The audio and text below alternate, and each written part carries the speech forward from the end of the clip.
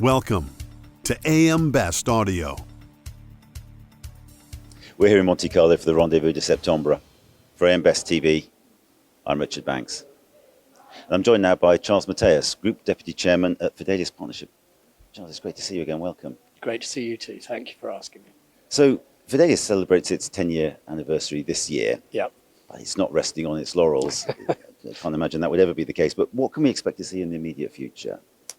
So I think really what's happened over the last year since we spoke is that we now talk about ourselves as a risk allocator rather than an MGA. And when people talk about MGAs, a lot of people think, well, it's a monoline annual venture company, and that's not what we are.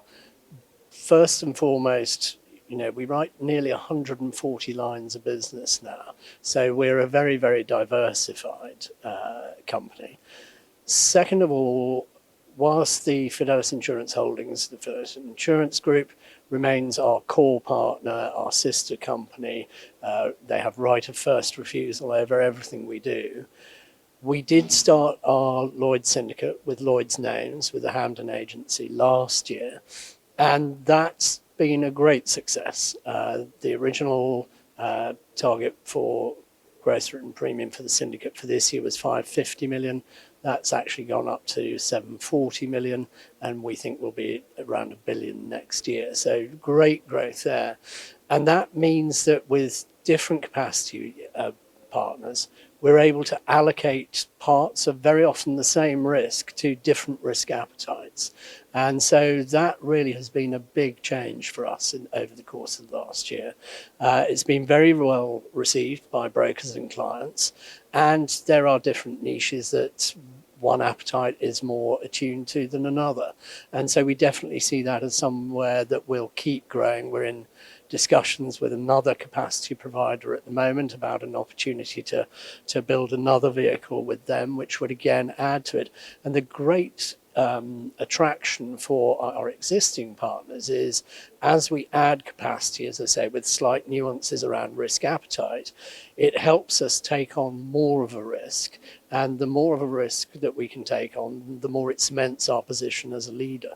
And so I think that really is where we're focused going forward now, is how do we build capacity that benefits all our capacity providers, obviously principally the Fidelis Insurance Holdings. So that tends to speak to the importance of building partnerships, building relationships. What's the secret of building a good partnership, particularly as the cycle changes and risk appetites change? I think it's two things. I think it's having rules around the partnership so everybody knows what each is supposed to be doing. And then I think it's also having real transparency in the relationship. And, if we talk about our capacity providers, we talk to the insurance group every day. In London, we're separated by one floor from them. And, we talk all the time.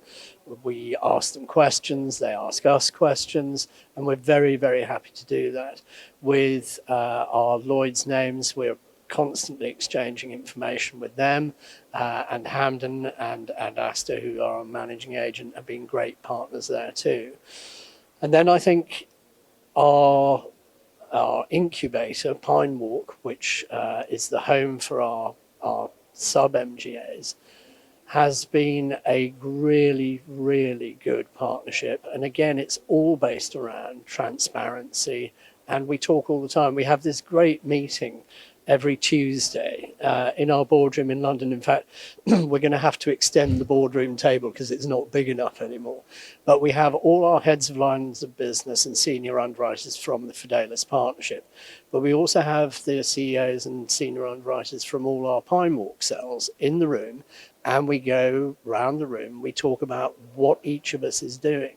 And it's a wonderful way of cross-selling, because I'll say, I'm off to Mexico in a couple of weeks' time. Who's got a contact there they'd like me to see? And so we can absolutely use that as a venue, through that transparency about who's doing what, to say, let's build more business together. And I think that's really important to how we go about it. Customize your data experience. BestLink now offers an interactive company dashboard that provides company-level intelligence in a fast, user-friendly interface featuring interactive tables, charts, and Sparkline performance histories. Customize the dashboard tiles to prioritize the insurer ratings, data, and analytics that best support your workflow. AM Best. Our insight, your advantage. So you moved on from considering yourself an MGA to this risk allocator, but the MGA segment itself is still thriving. It seems to be the talk of the town. What's made that segment so successful? Yes, I was talking to someone yesterday. I first went to work for an MGA an embarrassingly long time ago. I think it was 1990. And at the time, I was in the US, and I'd talk to friends in London. They said, "Oh dear, you're going to work for an MGA." You know, there was a disdain for it. And it was the assumption was you went to work for an MGA because you weren't quite good enough to get a real job. And now that's completely reversed. You have got to be absolutely top of your class, top of your line of business in order to be a candidate for an MGA. And I think a lot of people are at that stage in a career, 20, 25 years into a career, and they're looking around and they're thinking, well, I've got a great track record, I've got great experience, I've got great client and broker relationships. I want to monetize that now. And an MGA is a really good way for them to do that. And, our Pine Walk incubator provides all the services behind them. It provides their accounting, their compliance, their regulatory, all of that. And so they can focus on their clients, their brokers, and their business. And I think that's very attractive to people who don't want to be sucked into a big bureaucratic corporate world as they become more senior. So we think that will continue. This time last year, we were 8 Pine Walk sales. By the end of this year, we'll be 16. And we've seen, really great experienced people who want to take that step. Charles, one final question, if I may. Is there one thing that's being missed today that's going to be really important tomorrow?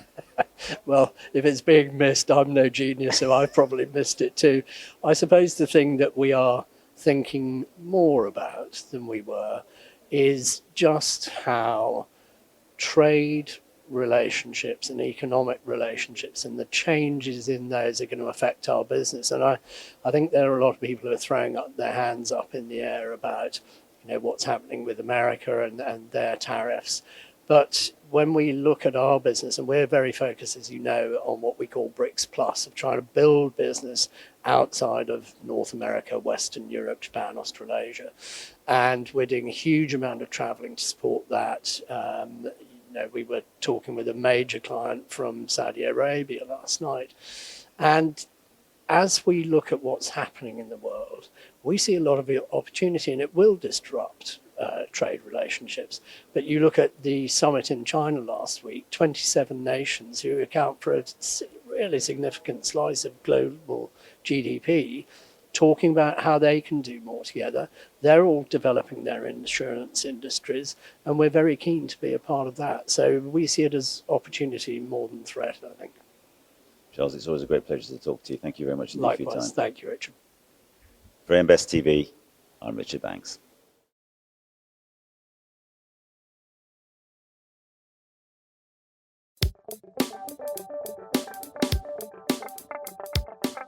Looking to get the full attention of the insurance industry? We have the platforms that will do just that. Whether it be AM Best TV, AM Best Audio, Best Review Magazine, or Best Day. Find out more by calling AM Best Advertising Sales at 908-439-2200, extension 5399, and have a great day.